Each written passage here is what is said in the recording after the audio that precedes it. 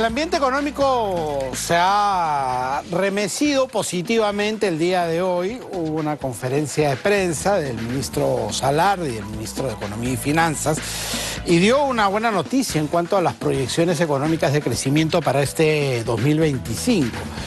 Los pronósticos iniciales situaban el crecimiento del Producto Bruto Interno en 3,1% para este año. Salardi ha dicho hoy que se han elevado hoy a 4% por diversos factores que vamos a conversar el día de hoy con Edmundo Lizarzauro, profesor de SAN, que está con nosotros en el estudio. Edmundo, ¿qué tal? ¿Cómo estás? ¿Cómo estás? Buenas tardes, gracias por la invitación.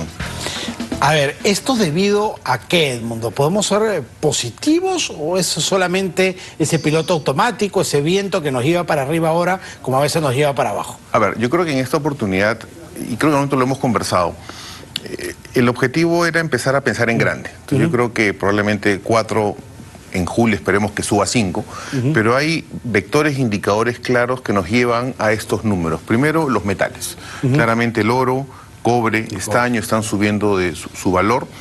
Y lo interesante es que las mineras no solamente están exportando más en toneladas, perdón, en precio, sino en toneladas. Es decir, el crecimiento es sostenido, no solamente por el precio, sino por la cantidad. Es una variable importante.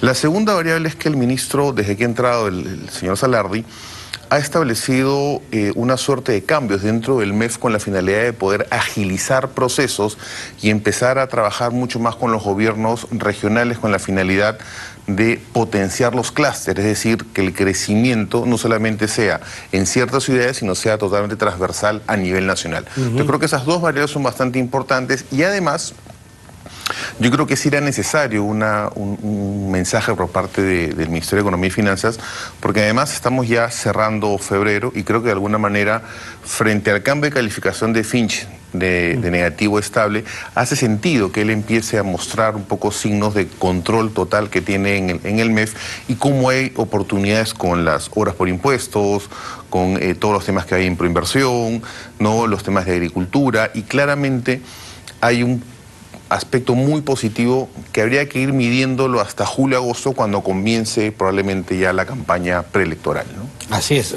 Eso es un factor que tenemos que tener en cuenta, porque este año, hacia finales, y el próximo año completo es netamente electoral, y eso siempre genera como un ancla, una distorsión, estancamiento. Así es, ¿no? Genera una distorsión, un ruido, pero creo que en esta oportunidad, frente a las situaciones que han venido pasando y la necesidad, primero, de la población de cambio, segundo, de una actitud mucho más positiva por parte del empresariado y un sinceramiento de puestos y posiciones a nivel general, tanto en el sector público y privado, creo que de alguna manera eso son variables que hacen, sumado a, claramente, el control de la inflación por parte del Banco Central, una reducción promedio de la tasa referencial de 5,7 a 4,8 y probablemente siga bajando, ¿no? Mientras no pase nada de manera exógena que genere alguna complicación, creo que la proyección de 4 podría mantenerse, y lo que sería ideal, que puede llegar a 4,5 o 5 o un número más alto, ¿no? Ahí tenemos que también analizar factores como inversión privada, como generación de empleo formal.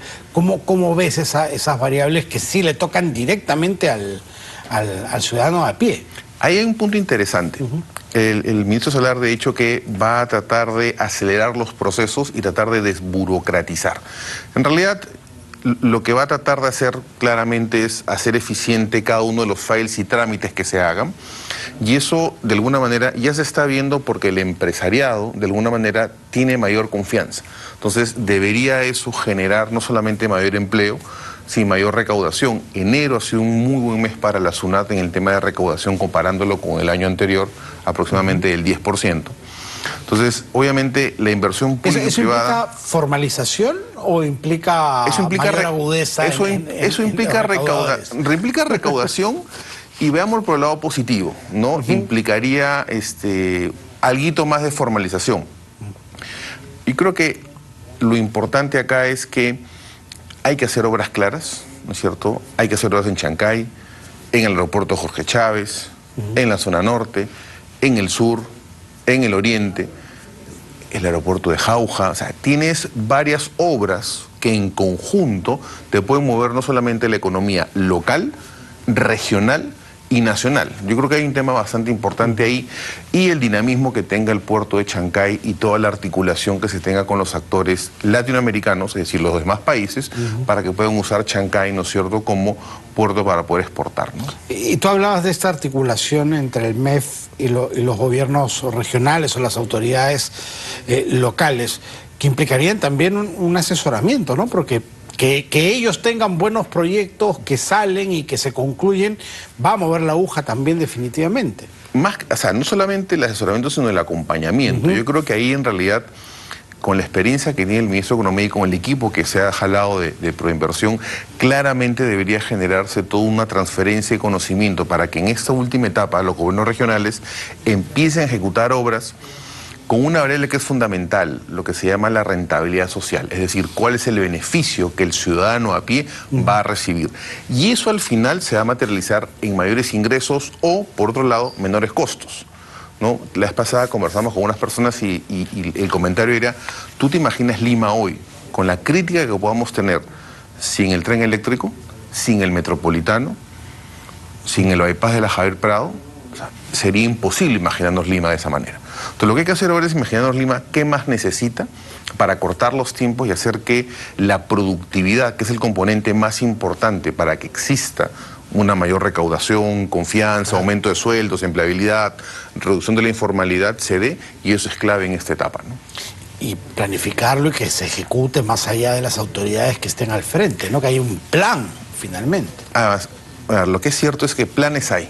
Lo que es importante es que los técnicos puedan ejecutar, y en algún momento alguien mencionó, si bien es cierto, los temas políticos van por este lado, los temas económicos van por este lado, no son cuerdas paralelas, son cuerdas que se pueden intersectar, pero lo que es importante es que la cuerda técnica pueda ir en paralelo y avance, y que de alguna manera, con el resultado de los técnicos, con el impacto económico, la parte política pueda de alguna manera modelarse o ser un poco más flexible. Y claro, todo esto va a estar en función a en qué medida todos los temas de la criminalidad empiecen a bajar, que creo que es un tema muy importante que no se puede dejar de atender, ¿no? Ya se ha vuelto preponderante, ¿no? Lo que pasa es que no solamente preponderante, sino además ya preocupa desde el punto de vista al ciudadano a pie y a todos los niveles, ¿no? Les pasa, salió un artículo que decía, ya mejor cierro la bodega y no invierto.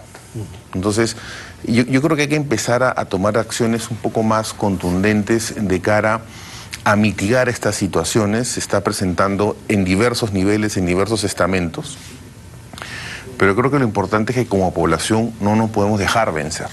Y creo que es el tema más importante. O sea, no podemos flaquear cuando estamos en un año que puede generar dos situaciones bien importantes. El 4 o 5 hacia arriba, ¿no es cierto? O el 3-1 hacia abajo. Entonces yo creo que es importante darnos cuenta que no solamente depende de que el MEF converse con el Banco Central, de que el Consejo Fiscal, de que los políticos, también depende mucho de nosotros, los ciudadanos a pie, que de alguna manera querramos a todo nivel poder contribuir con un granito de arena. O sea, la suma de 30 o 40 millones de granitos de arena realmente pueden hacer una playa muy atractiva. Y eso es lo que necesitamos ahora, ¿no? Claro, porque finalmente, más allá de que siempre le sacamos lustre a que somos de los que más crecemos en Latinoamérica, el crecimiento latinoamericano en general es muy pobre. Entonces estamos, digamos, en el mundo de los ciegos. El tuerto. Como tuertos somos reyes, pero no es suficiente un 3% para asimilar esa nueva masa laboral y para generar bienestar finalmente. En realidad lo que tenemos que hacer es no solamente compararnos con la región, sino hacer una comparación interna. Entonces tú bien has dicho, la masa laboral, ¿dónde se va a emplear? ¿Cuáles son los nuevos campos que se van a tener por un lado? Es decir, las obras y la generación de clúster es fundamental. La descentralización tiene que ya ser una realidad. No puede ser que en el Perú existan 2 o 3 o 4 ciudades. Tenemos que tener 10 buenas ciudades con buenos aeropuertos internacionales, que tengan radares. O sea, hay temas que uno los analiza de manera separada, ¿no? Y se da cuenta que en realidad es la articulación adecuada de políticas públicas. Entonces son aspectos que tienen que darse. Y creo que lo más importante es que este año el tipo de cambio se está manteniendo, eso está beneficiando además los temas de importación. La campaña escolar ha empezado mejor de lo esperado, ¿no? El verano, o digamos que la temporada de verano no ha sido tan apaciguada, es decir, no ha ralentizado la economía, la ha mantenido de alguna manera. Sobre todo enero, ¿no? Que es un mes... mes bajetón muy, y muy no bajo. se ha dado. La morosidad del sistema financiero no se ha disparado como todo el mundo esperaba. Entonces creo que hay indicadores separados que en su conjunto han hecho que el ministro plantee este nuevo crecimiento, y sería ideal que de acá a unos meses nos confirme que realmente estamos en ese camino y probablemente sea un número mayor. Un cachito Pero más necesitamos. retomando el tema de las economías latinoamericanas, yo creo que lo importante es hacer que los 10 millones de peruanos en situación de pobreza empiece a reducirse, que el asistencialismo empiece a tener una participación menor en el presupuesto público, y es lo que imagino que están evaluando son los temas de nuevamente emitir deuda en el mercado de capitales, deuda soberana, con la finalidad de poder mejorar este déficit fiscal y tener indicadores mucho más sólidos que lleguen sobre todo al ciudadano a pie, a la parte de microeconomía, ¿no? Perfecto, Edmundo. Muchísimas gracias. No, a ti gracias por la invitación. Edmundo Lizar Saburo, profesor de SAN, ha estado con nosotros. Cerramos así nuestro bloque económico.